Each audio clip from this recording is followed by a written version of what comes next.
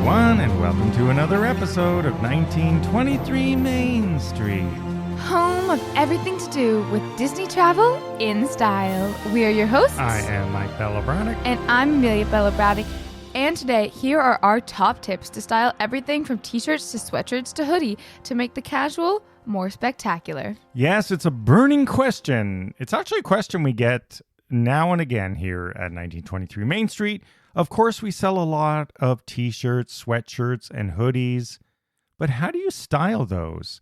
I mean, are you like me and you just put them on and go to the parks?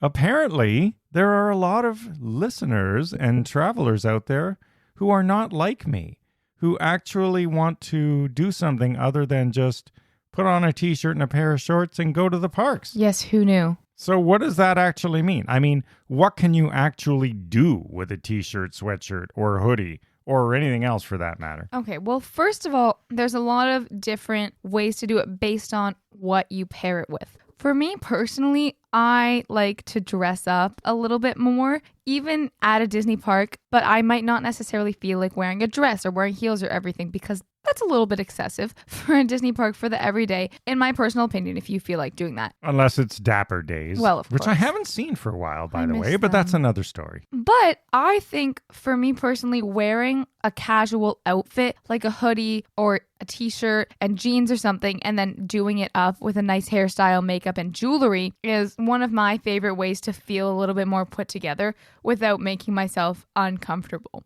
So when going with a hoodie, I usually like to do the big earring, bigger necklace, and then smaller hand jewelry combo because I find that draws attention upward. It draws it to your face, and then the hoodie is the nice backdrop.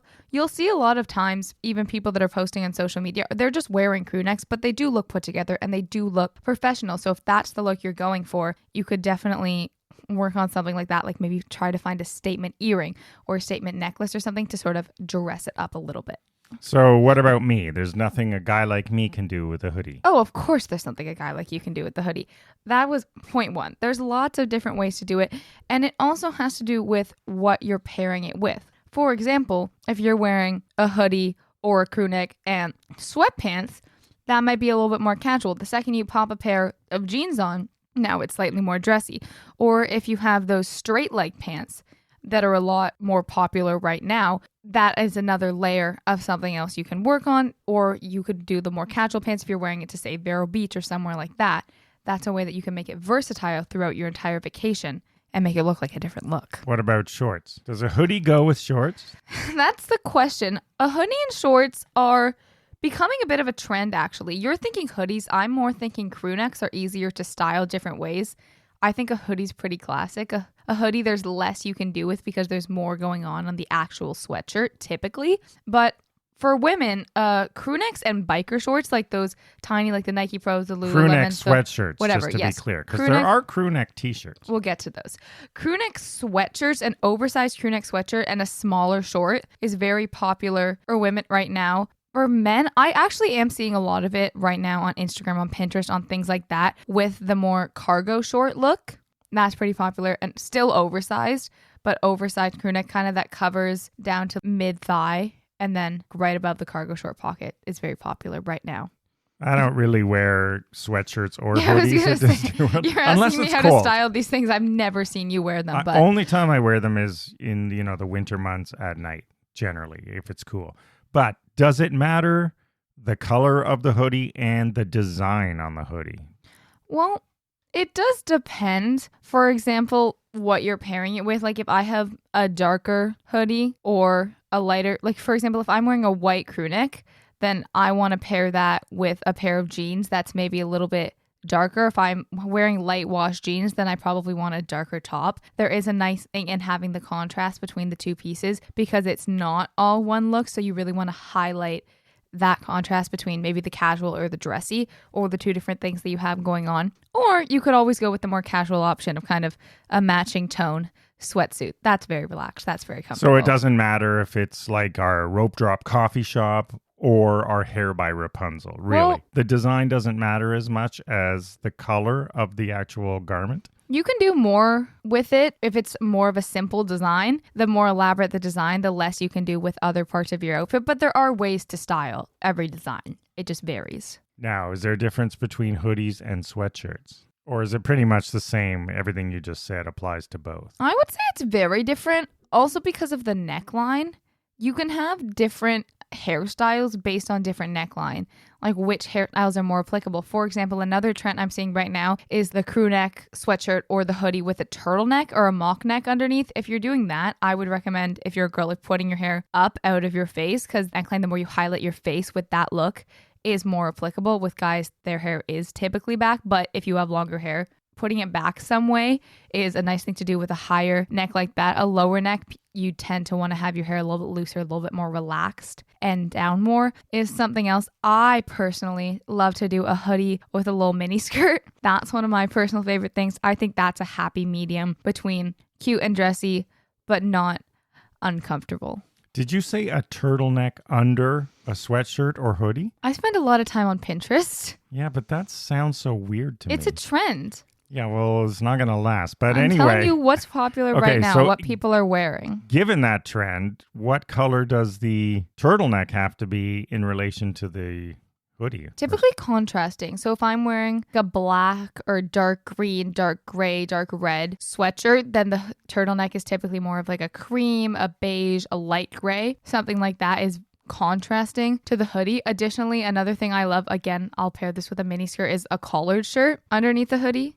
That's been a trend. A hoodie or a sweatshirt? I don't even think you'd see it under a hoodie. No, you wouldn't see it under a hoodie. A crew neck. Most of this is applicable for crew necks. Like I said, hoodies are harder to style the actual hoodie. With the hoodie, it's more what you pair it with.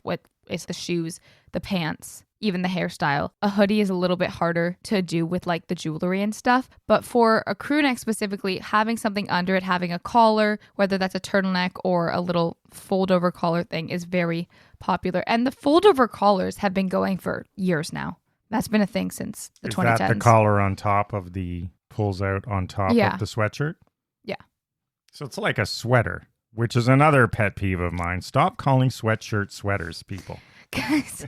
It's very confusing. Is it confusing? Well, what do you call a sweater then? Which is a knit product. Also a sweater. Yes, exactly. Nobody makes that distinction except for me. And I only make that distinction because of you. Because they are different. If you're in apparel, they're different production processes, right? We make them differently. They're different items. We don't sell knit sweatshirts. Knit sweaters. I said knit sweaters. You said we don't sell knit sweatshirts, which is true. And I don't even want to see a knit sweatshirt. Nobody sells those. All right, let's move on to t-shirts and I guess tank tops for that matter.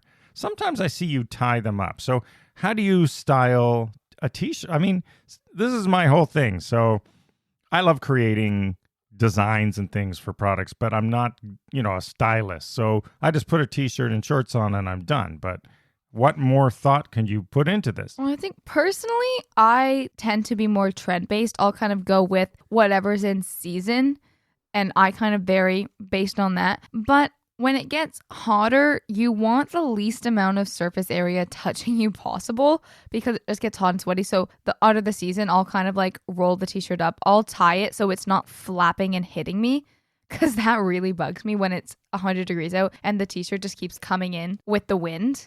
That needs to stop. So I'll always tie it at the back. I'll tend to make it a little bit tighter. But again, I'm a very big fan of contrast. The more that I get older and the more that I define my personal style, I'll go tight top, bigger bottom, or oversized tee and biker shorts. Again, the oversized top and biker shorts is a trend right now. It's what people are wearing. At Disney World specifically, you do see a lot of that. You see a lot of the more athletic wear paired with the t-shirt or athletic wear paired with the hoodie, especially in the summer months. That's something you see a lot of. So if you're wearing a tighter bottom, whether that's whatever brand you have of the tight spandex shorts are popular right now, more of an oversized tee. If you're wearing the looser ones, which are a different cut that are again popular right now, a tighter t-shirt, a little bit smaller, more fitted is typically the way to go.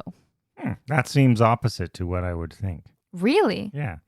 But anyway, you just gave me an idea on going off on a tangent here. I think we're going to do a future episode on the different types of t-shirts out there. And I'm talking about the products. So whether you shop our store or you're shopping on Etsy or you're shopping anywhere else, there are different brands of t-shirts that you're going to see that are often used as the base, whether it's Gildan or Custom Colors or Bell & Canvas, Cotton Heritage, all of these brands. T-shirts are not all the same. So when you were talking about I don't like it flapping hitting me, if you're wondering, do I buy this one or that one? If you're shopping somewhere and there's options, and sometimes we produce the same design on different t-shirt brands as the undergarment because they are made differently and they will react differently. They're different weights, they're different cotton contents, and so on. I think that's an interesting episode because you could say there are different t-shirts that are better at different times of year. So just a sidebar we're going to do an episode on that in the future, so watch for that. Yeah. Additional sidebar, if you have sort of a calmer outfit, a more chiller outfit, and you want to make it look a little bit more put together, I'm just going to quick throw out to two popular theories right now. I'm sorry if I'm talking too much about trends, but what I'm seeing a lot of right now are two things. One, the sandwich method, and two, wrong shoe theory. So the first one, the sandwich method, is basically just matching a top piece, whether that's a shirt or a headpiece or something, to your shoes. So if you have a more relaxed outfit, like say you're tired, you put on whatever t-shirt, hoodie, sweatshirt you have with you. Maybe you match your Mickey ears to your shoes. If you've got black sneakers, you're wearing, your traditional Mickey ears. Or if you've got your kid in their pink running shoes, you put on their pink ears. Something like that could dress up. Doesn't have to be Mickey ears, but that really ties an outfit together, makes it a little bit more cohesive, even if it's wearing something that doesn't necessarily feel cohesive, if that's the look you're going for. And secondly, wrong shoe theory is exactly what it sounds like. It's just throwing on a wrong shoe. But I've seen a lot of it in the parks recently, and I just think it's really cute. Like you're walking around with, say, like a t-shirt and shorts, a regular t-shirt, jean shorts, and then like cowboy boots. I think that's really cute. Or a pretty sundress and then running shoes. That is the most popular example. That was all the rage a little while ago. I thought you meant two different shoes, and I was going to say no, they can be different heights and stuff, so that would be awkward if not that's cause you back pain. That's a little extreme. Like but mismatched socks. To each their own is No, what I say I get to what that. you mean now. I think people who wear cowboy boots, I used to wear them a lot. They'll wear them with anything anyway. That's why you see that. They probably started this trend. No. To my cowboy boot wearing people out there. Wrong and you shoe wore them theory to is get a on thing. rides when you were younger. I did wear them to get on rides. They added 1.5 inches of and height. now I'll wear them to concerts because they're very cute. All right, let's close this out with your top things to consider about styling tops, t-shirts, sweatshirts, hoodies. What should people bear in mind if they want to put some thought into this? And I know people spend a lot of time. I'm not one of them, but there are those who spend an awful lot of time It's me. styling their outfits for Disney vacations. Hi, everyone. Yeah. So I definitely plan it ahead of time. I think one of the most important things to consider is weather. And additionally, different brands, as we talked about, of the same, hoodie style or crew neck style will have different weights. So consider which version you have. Is it heavyweight? Is it lightweight? How will it bear in the rain and everything? Personally, I like to wear sweatshirts in the rain. That's an unpopular opinion. I like to wear sweatshirts in the rain. I find they don't make me as wet. And worst case, I can just shed them. So that's what I like to do. If it's very hot, I'll put a little sweatshirt with a flowy skirt. I actually don't get too hot in that. I wore just this March a sweatshirt and a little mini skirt. And you called me crazy, but I thought it was very cute. Because it was a hot day.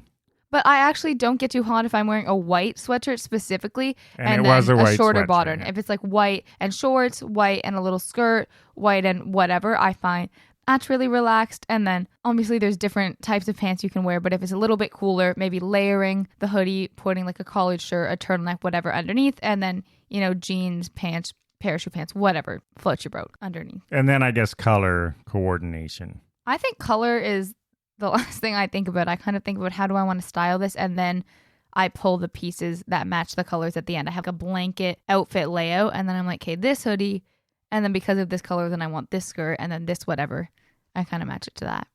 All right, there you have it, everyone. If you want to take your hoodies, t-shirts, and sweatshirts to the next level and put some thought into styling, and I guess you don't notice it, but when you see someone that looks, sort of good laid out, maybe they did put the thought in that I don't. Because I bring 2 pairs of shorts and a bunch of t-shirts and stuff. And thanks for coming to Amelia's Stylist Showtime. Oh, side note, if you don't have a bunch of different pairs of shoes, matching the socks is another way to do the sandwich method. Side note. All right, everyone. There you have it, our styling episode for this week. Thanks as always for listening. Follow along on social media at 1923 Main Street. Share your style tips for Disney vacations with us. We love to hear them. And we'll see you again next week. Have a magical day. Bye-bye.